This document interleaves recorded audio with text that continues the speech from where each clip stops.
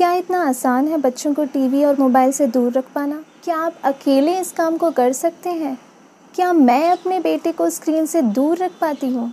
ऐसे बहुत सारे सवालों के जवाब आपको इस वीडियो में मिलेंगे, पर आपको उसके लिए इस वीडियो को एंड तक देखना होगा।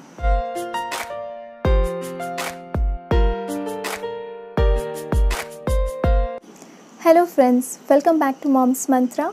आई एम नम्रता और आज हम कंटिन्यू करेंगे हमारी सीरीज़ ऑफ वीडियोस जिसमें हम समझेंगे कि बच्चों को स्क्रीन से दूर कैसे रखा जाए। वीडियो को एंड तक ज़रूर देखें ताकि आप ठीक से इस टॉपिक को समझ पाएँ और अप्लाई कर सकें। तो इस वीडियो में हम जानेंगे कि वो कौन से तरीके हैं जिनसे हम अपने बच्चों का स्क्रीन टाइम लिमिट कर सकते हैं। अगर इन पॉइंट्स को आप 80% भी फॉलो कर पाए तो आप अपने बच्चों का स्क्रीन टाइम काफ़ी हद तक लिमिट कर सकते हैं। तो सबसे पहले मैं अपने एक्सपीरियंस आपके साथ शेयर करूंगी। एक वीडियो जो मैं ऑलरेडी कर चुकी हूं उसमें मैंने बताया था कि कैसे बच्चों के ऊपर स्क्रीन्स का अच्छा और बुरा प्रभाव पड़ सकता है। तो वहाँ मैंने आपके साथ शेयर किया था कि कैसे 1 साल की एज से मैं अपने बेटे को स्पून से दूध पिलाती थी और वो काम इतना आसान नहीं था, इसलिए उसके लिए मैं टीवी ऑन करके उसे एक जगह बिठा के वो काम कर पाती थी। इसके अलावा एक और ऐसी चीज़ थी, जब मुझे रोटी बनाना होता था रात के टाइम पे मोस्टली, तब अगेन मैं उसको 10 मिनट के लिए टीवी ऑन करके देती थी। जो भी मुझे प्रिपरेशन करना है सब मैं पहले से कर लेती थी। उसके बाद 10 या 15 मिनट्स उसका वो टाइम होता था जब वो टीवी देखता था। जो लोग जॉइंट फैमिली में हैं या जिनके यहाँ कुक है तो वो ऑब्वियसली ये प्रॉब्लम फेस नहीं करेंगे। ऐसे ही एक बार हम रेस्टोरेंट गए थे हमारे फ्रेंड्स के साथ। उनका बेटा मेरी बेटे की एज का है, तो दोनों बच्चे बड़े आराम से शुरुआत में खेल रहे थे। थोड़ी देर बाद उनके बेटे ने फ़ोन मांगा और उसको मिल गया। तो मेरे बेटे को भी ये लगा कि उसे भी फ़ोन मिलना चाहिए। ऐसे में हमें क्या करना चाहिए? सिंपल सी चीज़ है जो मैं फ़ॉलो करती थी, वो ये, I use to keep a count कि मेरा बच्चा दिन में पूरे टाइम में कितनी टीवी या कोई भी स्क्रीन से एक्सपोज़ रह रहा है। ऐसे में हमें कुछ बातों का ध्यान रखना है। तो पहली चीज़ ये कि आपको ये क्लैरिटी होनी चाहिए कि आप अपने बच्चे को दिन भर में कितने टाइम के लिए स्क्रीन से एक्सपोज़ करा सकते हैं।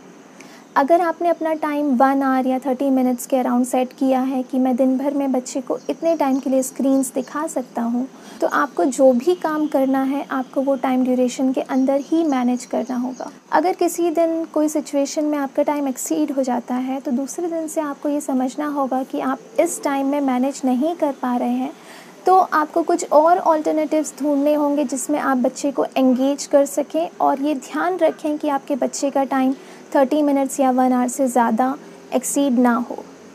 सेकेंडली, आपको अपने बच्चे को बहुत अच्छी तरह से स्क्रीन से जो भी हार्म्स होते हैं उनके बारे में बताना होगा। और एक बार बता देने से बच्चा समझ जाएगा ये मत समझिए, आपको कॉन्स्टेंटली वो बात बार बार उसे बताती रहनी होगी। जब भी उसने स्क्रीन देखी या उसका टाइम लिमिट एक्सीड हुआ तो उसे आपको हमेशा याद दिलाना होगा कि स्क्रीन से कितने ज़्यादा उसको हार्मफुल इफ़ेक्ट्स हो सकते हैं। मेरा बेटा जब बहुत छोटा था, बोल भी नहीं पाता था, तब मैं उसे एक्शन से अपने और एक्सप्रेशन से बताती थी कि ये बहुत ज़्यादा हार्मफुल चीज़ है अगर आप अपने हाथ में फ़ोन लेंगे या ज़्यादा देर तक टीवी देखेंगे। जैसे जैसे वो बड़ा होने लगा मैं उसे और डिफरेंट तरीक़ों से बताने लगी कि कैसे टीवी में या फ़ोन से हार्मफुल रेज़ निकलती हैं जो आपके ब्रेन को अफेक्ट करती हैं। उसे पिक्चर्स दिखाती थी या वीडियोस में दिखाती थी कि ये आपके लिए देखना बहुत ज़्यादा हार्मफुल है। अगर उसके आईज़ में कोई रेडनेस या इन्फेक्शन हुआ तो मैं उसको भी बताती थी कि ये आपका ज़्यादा टीवी देखने का ही रिज़ल्ट है जिसकी वजह से आपके आईज़ में ऐसी प्रॉब्लम आई है। तो मैंने हार्म्स बता के इतना ज़्यादा उसके दिमाग में फ़िट कर दिया कि ये चीज़ें अच्छी नहीं हैं, कि मुझे कभी भी अगर मैं फ़ोन या टीवी बंद करती हूँ या थोड़ी सी देर के लिए उसे दिखाती हूँ तो उसे कोई ऑब्जेक्शन नहीं होता है। काफ़ी लोग बोलते हैं कि ट्रैवल करते टाइम आपको बच्चों को फ़ोन नहीं दिखाना चाहिए, या अगर बच्चे खाना खा रहे हैं तो उन्हें स्क्रीन से एक्सपोज नहीं करना चाहिए। इट्स ट्रू, दो एक्टिविटीज़ को कंबाइन करना इट्स नॉट गुड। बच्चे अच्छे से फोकस नहीं कर पाते हैं। लेकिन उससे भी ज़्यादा इम्पॉर्टेंट है कि आप इस चीज़ को बच्चों की हैबिट ना बनने दें। अगर कभी उसने कोई फ़ोन या टीवी देख के खाना खाया है तो नेक्स्ट टाइम आप ये देखें कि बच्चा बिना फ़ोन टीवी के भी वो काम कर सके। अगर आपने कभी कार में किसी रीज़न से बच्चे को फ़ोन दे दिया है तो आपको ये देखना है कि नेक्स्ट टाइम वो बिना फ़ोन के भी आराम से कार में बैठ के ट्रैवल कर सके। तो मैंने मेरे कज़न्स को जो मुझसे भी बहुत छोटे थे या मेरे फैमिली फ्रेंड्स के बच्चों को बहुत ज़्यादा उनके साथ में रही हूँ। उनको खाना खिलाना, उनका सारा छोटा-छोटा काम कर देना, ये सब मैंने बहुत किया है। तो उस टाइम पे ना ही कोई गैजेट्स होते थे, ना ही टीवी ऑन की जाती थी और बड़े आराम से मैं बच्चों को खाना खिला पाती थी। बट अनफॉर्चुनेटली मैं मेरे बेटे के साथ वो काम हमेशा नहीं कर पाई। एज़ अ होम मेकर आपका सिर्फ बच्चा ही आपकी रिस्पॉन्सिबिलिटी नहीं होता है, आपको घर की बहुत सारी दूसरी चीज़ें भी देखनी होती हैं। तो जब मेरे पास स्ट्रेंथ नहीं होती थी, मैं मेरे बेटे को उस टाइम के लिए टीवी ऑन करके और मैंने कई बार उसे खाना खिलाया है। पर मैंने एक बात का ध्यान ज़रूर रखा कि ये उसकी हैबिट ना बन जाए। तो अगर मेरे बच्चे को 1 वीक तक या 1 मंथ तक भी मैं टीवी या फ़ोन कोई चीज़ ना दिखाऊं, वो आराम से सारे काम कर सकता है। तो मैं ऑन ऑफ रखती हूँ, कभी उसे टीवी दिखा देती हूँ जब मैं बहुत ज़्यादा टायर्ड फ़ील कर रही हूँ, और जब मेरे पास स्ट्रेंथ है तो मैं उसे कोई स्टोरी सुना के या किसी और एक्टिविटी में एंगेज करके उसे खाना खिला देती हूँ। अगर आप लोग जॉइंट फैमिली में हैं तो ये प्रॉब्लम आप लोग फेस नहीं करेंगे, क्योंकि जब सब लोग एक साथ बैठ के खाना खाते हैं तो बच्चों को खाना खिलाने में हमें कोई एफ़र्ट्स नहीं डालने पड़ते। लेकिन अगर जॉइंट फैमिली में भी सब लोग टीवी ऑन करके और लैपटॉप्स देख के ही खाना खाते हैं तो उसके लिए आपके पास कोई सोल्यूशन नहीं है।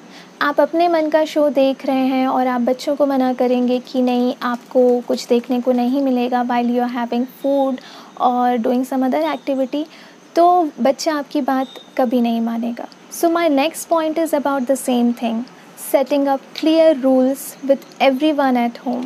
आप अगर अकेले हैं तो स्क्रीन टाइम रूल सेट करना खुद के लिए तो भी आसान होता है, लेकिन कभी कभी सब लोगों के साथ स्क्रीन टाइम रूल सेट करना थोड़ा डिफ़िकल्ट हो सकता है।